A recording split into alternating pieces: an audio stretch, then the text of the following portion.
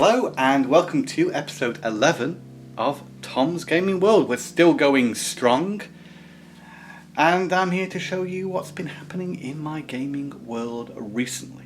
So we'll start here with this little pile of games. Right, so a recent pickup has been Christmas Crisis for the Philips CDI. So this is a platform game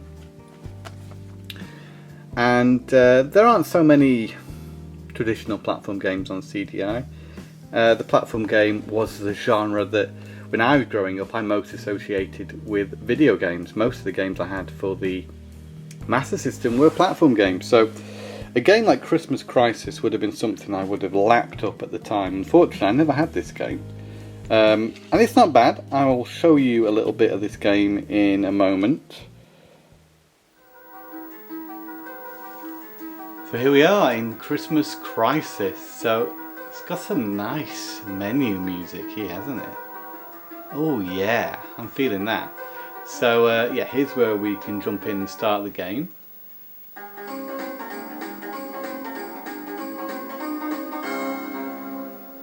You know, pretty good presentation for the time, I would say. So here's the actual game. We play Santa here, and he's quite nicely animated actually. He can throw snowballs and he can pause the game when he can jump. So now all these little things that you collect, there's an incentive to collect these because you need to be able to save, you need to have these certain items. You can just go through the game without saving. And when I say save, it gives you a password that you can use. Here's some more snowballs. So if you use up all your snowballs, they will run out. So be sparing with your snowballs, people. What's a good way of hitting that one? Just like that. These aren't very clear, but these are actually springs. So you can jump on there, and then you have to stand by the present to go into the next stage. So that's the core gameplay. It's pretty straightforward, but Santa himself controls very well, I'd say, and it's fun. I mean, it's nothing amazing by any means, but it's competent for sure, and it's enjoyable. It's actually one of the better platforming experiences on the CDI. Not that there are many. The standout one would be The Apprentice. Sorry, The Apprentice, of course. Can't even see that spring. Oh, yeah. One thing about this game, though, is if you die, you're back to the start. And there's a train there. That's going to be very hard to avoid. No, maybe not. So some pretty, then again, pretty appropriate Christmassy music going on. You only have limited lives. Strange, I think you can bring them up with the, yeah, there you go, bring them up with the pause button. Whoa, there you go. We'll try and finish this stage so we can show you another one.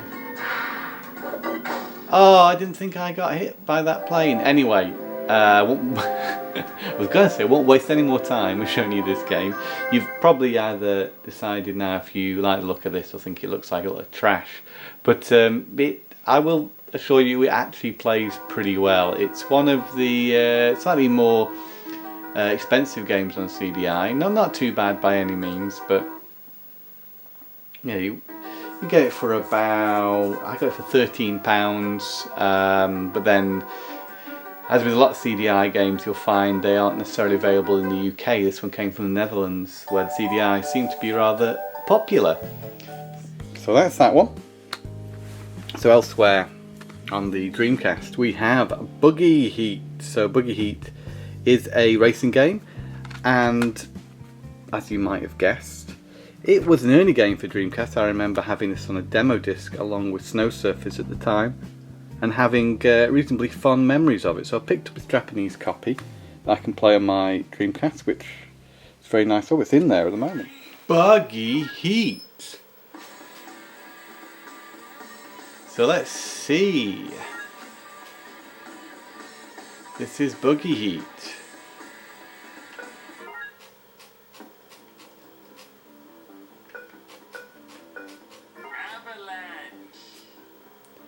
You've got to love Buggy Heat. It's a solid game. It's good fun.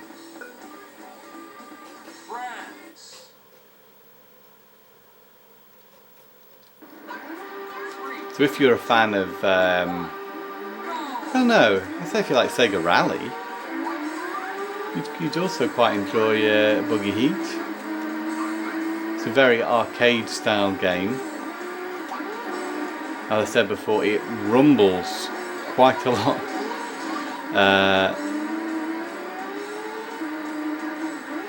But yeah, you can see how arcadey it actually is, and it feels very arcadey to play, and its handling too.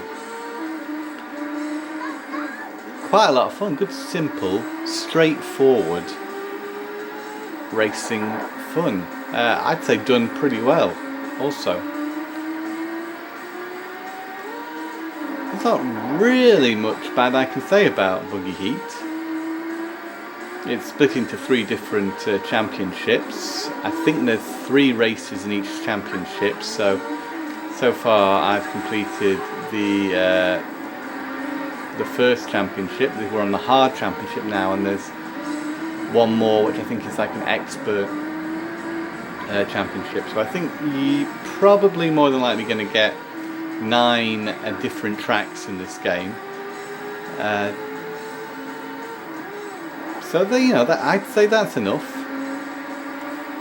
You've got quite a few different vehicles, also different characters as well.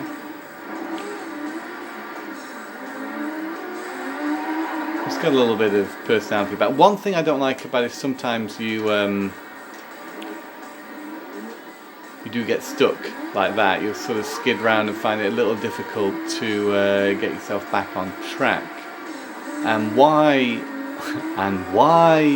reverses on why, I really don't know, but it is. A few other games I've been playing recently have been Panzer Dragoon, Fantasy Zone and Sonic the Hedgehog 2. Both Fantasy Zone and Sonic the Hedgehog 2 were released as part of the SEGA Ages collection on Switch, and yeah, all of them have some sort of update from when they originally released.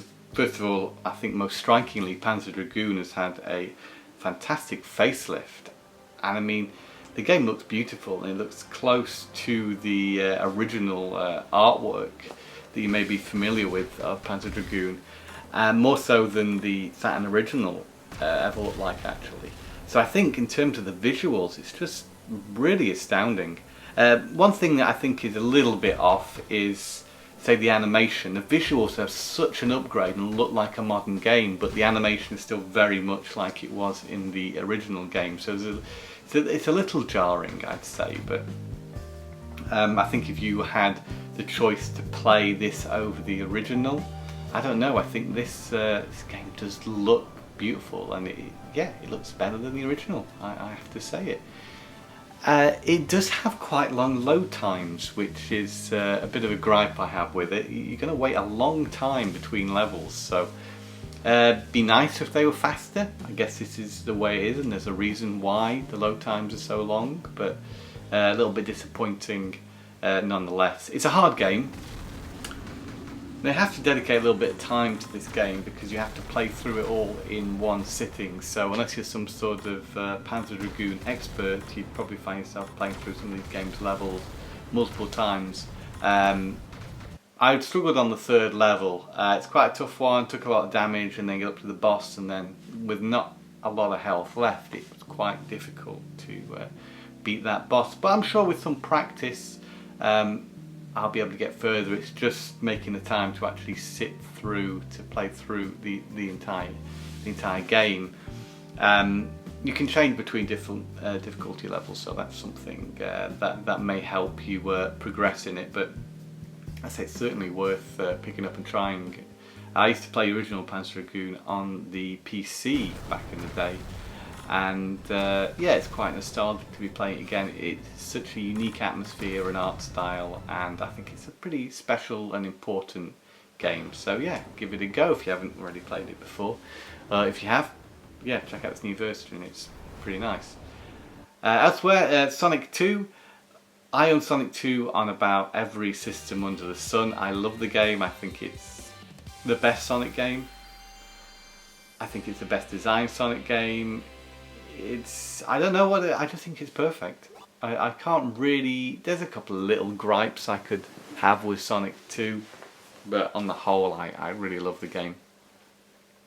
And this version for the Switch as part of SEGA Ages includes the ability to play as Knuckles, which was available in the original Sonic 2 if you were to plug it into the Sonic & Knuckles cartridge in your Mega Drive.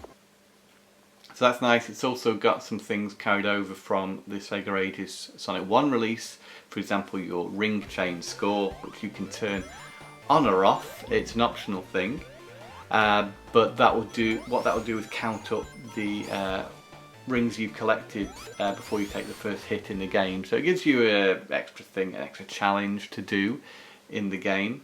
You can have several different borders on the game. What I prefer is just the standard no border option. I can find the borders distracting. They're a cool option to have, but I find that I never really use them. Different screen setups. I like the full one, but you can have a sort of pixel perfect one, which is a little bit smaller. You can stretch it, which I don't particularly like, but the option is there. You can have scan lines and all sorts of options. So if you're into your different screen options, then you're also going to be right home here. The game looks great. It seems like fantastic emulation. M2, who've handled all the SEGA Ages games, seem to do a fantastic job every time. It looks fantastic on Switch, plays fantastic. If you're a fan of this game, then there's no reason why you shouldn't necessarily want to pick up this version, because it is fantastic. Fantasy Zone is actually more upgrades than you'd expect. I think a lot of these were still in the Nintendo 3DS version of Fantasy Zone, but they're really great to have here. For example, when you're looking for the bases you need to shoot in each level, there's so many, and sometimes you have to do a little bit of spend a little bit of time working out where they all are. This game gives you a little tip and shows you the direction that the outstanding bases are in that you need to destroy in order to progress, so that's nice. And it also features the Opa Opa mode as well, which is a cool addition to have in this game. I played a little bit of it. You can choose to go into the game with the power-ups, and you keep those power-ups by collecting coins. And yeah, it's just a different spin on it, and it's nice to have. So if you like Fantasy Zone, which I still think holds up very well, it's a great fun shooter, quite unique amongst the shooter genre. But yeah, very good in the SEGA Ages version too, and both these games are available in a Nintendo sale recently. Not sure if that's still on by the time you watch this, maybe not. But yeah, about £4 each, so I think for such classics, £4 isn't a heck of a lot to spend. And that brings me to the end of this episode of Tom's Gaming World. I do hope you've enjoyed it, and maybe been inspired to check out a few of the games I've talked about in this episode. Do let me know in the comments any thoughts on the games I've covered. Yeah, ask me anything really. So yeah, there's a comment section down there. If you like the video, it helps it to get out to a larger audience, so it always helps. So if you generally did like the video, then just pop a little like in there. If you want to see more of these, I try and do them weekly, then you can also subscribe to the Blast Process channel. So until I see you next time, thanks again for watching, and don't forget, game on.